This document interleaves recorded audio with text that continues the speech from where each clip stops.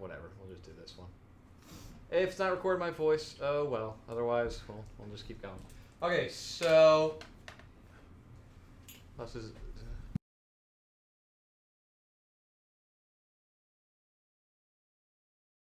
Stop it right now and see what it does. Nah, whatever. Unless they're gonna have like a 20-minute soundless video. Well, it's like the movie Contact. No. Okay.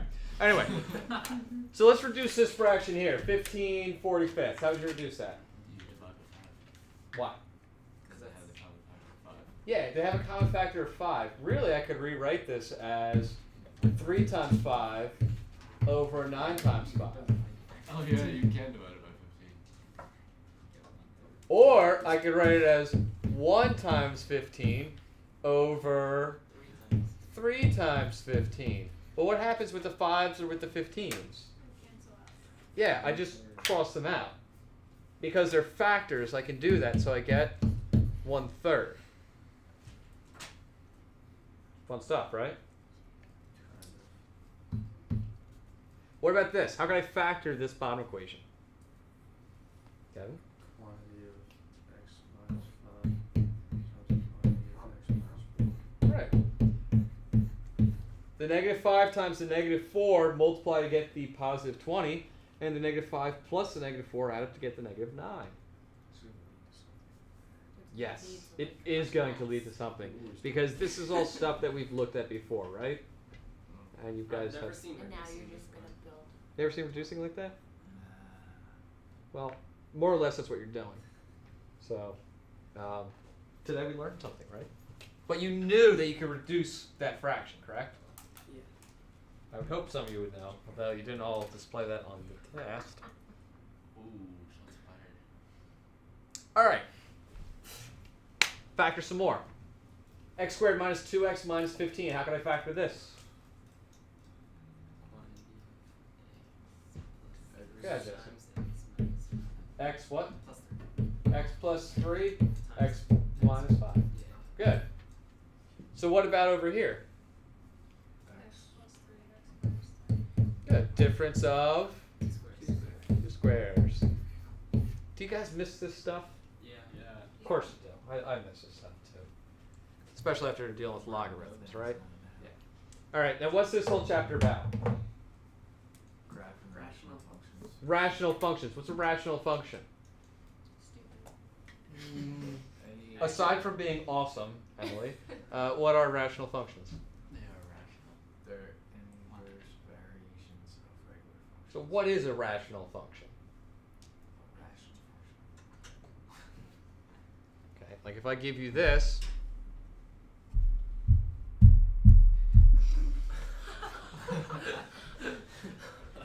okay, hold on, oh wait. If I give you this, right? Oh no. What is this? That's a rational function. Well, okay, it's a rational function. How would you describe this? Large. Come on, what is this? Thank you, Josh. It's a fraction, right? Yes. And in the numerator and denominator are smaller functions. So again, a rational function is a fraction of little miniature functions. That's it.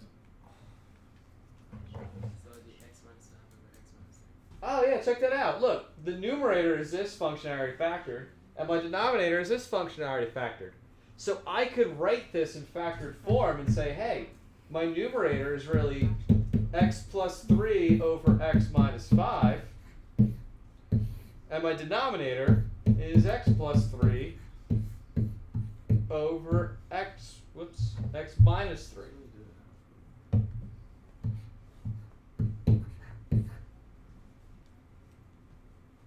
What do you think I could do there?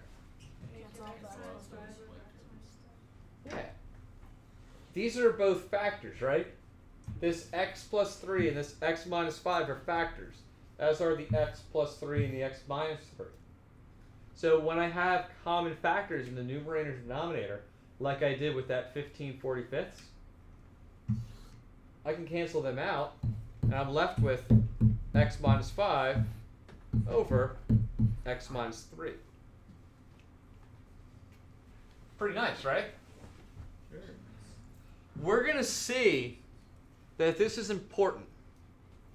Because if we look at this original one, and I said, all right, I want to find the vertical asymptotes. What are they? Well, how do I find a vertical asymptote? X squared minus 9 equals 0. Good. Equals 3. So I have to make my denominator x squared minus 9 equals 0. So what values of x would make that 0? 3. And Negative -3. If I plug in a 3, it makes it 0. If I plug in a -3, it makes it 0. So I have 2 vertical asymptotes, correct? But when I reduce, how many asymptotes? 1. We're going to see that in order, Wait, how is it 1? because when I reduce it, my x plus 3 goes away. The only value that's going to make, Oh. because if I plug in -3, what am I going to get? -6 here. We're going to see we need to factor these and try and look out for any common factors so that we can find out where we are going to have asymptotes. Because if you told me for this one, I'm going to have an asymptote at x equals -3, I'm going to tell you, no, you don't. Something happens there, but we haven't gone over that yet. But that's why it's important to factor these. All right? But it's not too difficult, right? Because we factored before. We've reduced fractions before. Now you're just doing both at the same time. I mean, how much more exciting can it get? It will. Don't worry. All right, so we're running low on time, but let's look at these together then. So this first one, how can I reduce this first fraction here? Yeah, the x plus 1 and the x plus 1, so I'm left with, good. Next one, could I cancel anything out here? No, but can I factor my denominator? To what? X plus 4 times x minus 4. Oh, now can I cancel anything out? Yippee skippy. What am I left with? 100 x minus 1. And then over here? Oh, God. Factor out A 2. X. Good. My numerator, I can factor out a 2x, so I'm left with X plus 5. x plus 5. My denominator. Oh, God. What am I going to have to do there to factor that? Oh, it's just x plus 5 times 3x plus 1. I think. I'm doing it. So, if you're not sure, you can use a cross the box method, correct? That's right. It's However, as Jesse, I think, deduced, seeing how this is whole lesson about crossing out factors, one of those factors is probably x plus 5. Which he guessed correctly. And then, well, what times x will give me 3x squared? Well, 3x. And what times 5 will give me 5? 1. And we can multiply that out and see that that is, in fact, the correct factorization of my denominator. So I reduce by canceling out my x plus 5, and I'm left with 2x over 3x plus 1. Feel good with this stuff? Yeah. So, Little bit? are we Okay. doing this so it's easier to find the vertical asymptote? Exactly. Not only that, but also to deal with these functions easier and to make the process easier, because we could do some crazy stuff like, oh, I don't know, multiply fractions together. So here, if I multiply 2/5 by 5/7, what do I get? 2 7. 2/7. Jesse, what did you do?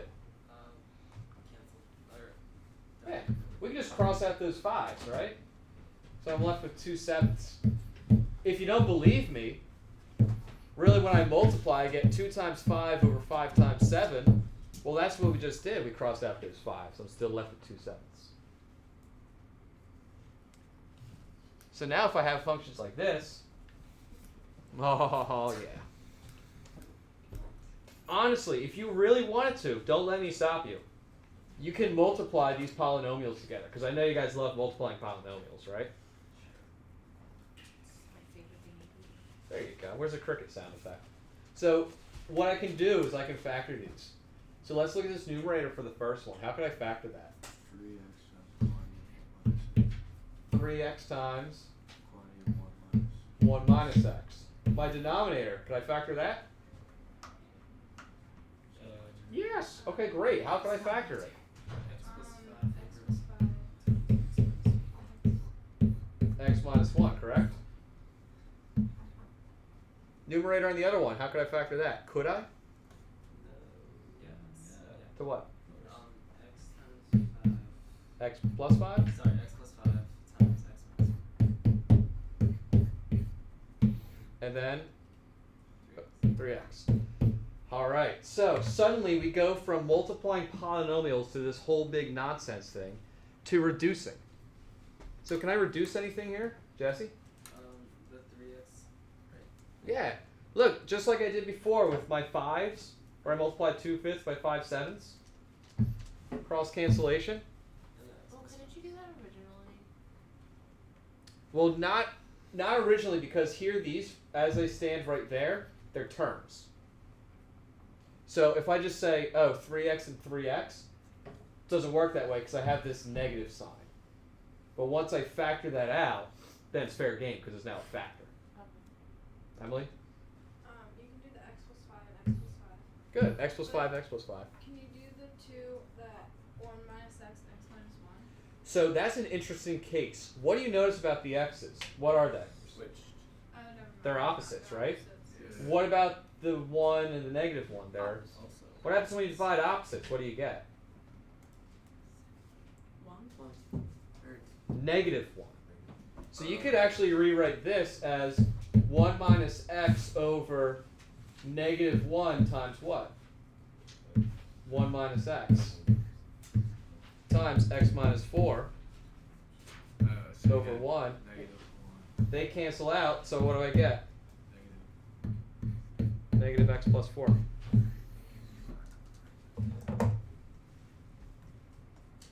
Pretty nice, right? Wait. So look, we went through this quickly because of the fire drill. Okay. What you're gonna do, don't panic. Yeah, that's more or less it. The only thing we haven't gotten to is division. But when you divide, what do you really do?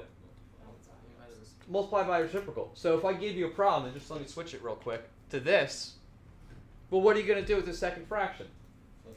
Flip the denominator to the numerator and multiply. And then you go back to the same deal where you factor, and start crossing out things that are the same. Remember, you can do cross cancellation or in the same fraction. And you're good. Emily? Wait, can you go back? Can you do the next one? Absolutely. So, for this one, Mm-hmm. you would just keep the first fraction the same. Yeah, exactly the same. So x squared minus 4x And minus then 4. Uh-huh. the other one, so now it's multiplication, and you would do x squared minus 100 over x squared plus 3x minus 70. And then just do what you just did. Exactly. And now I just do what I just did, like you said. Just find the common factors, cross them out, reduce it. Well, because like I said, you're multiplying. So you multiply numerator cross denominator. Now, do any of you honestly want to multiply this numerator by that numerator? No. Again, not saying you can't. And let's say, come test time, you forget how to factor, which would be unfortunate. That stinks. Then you could just multiply the polynomials together.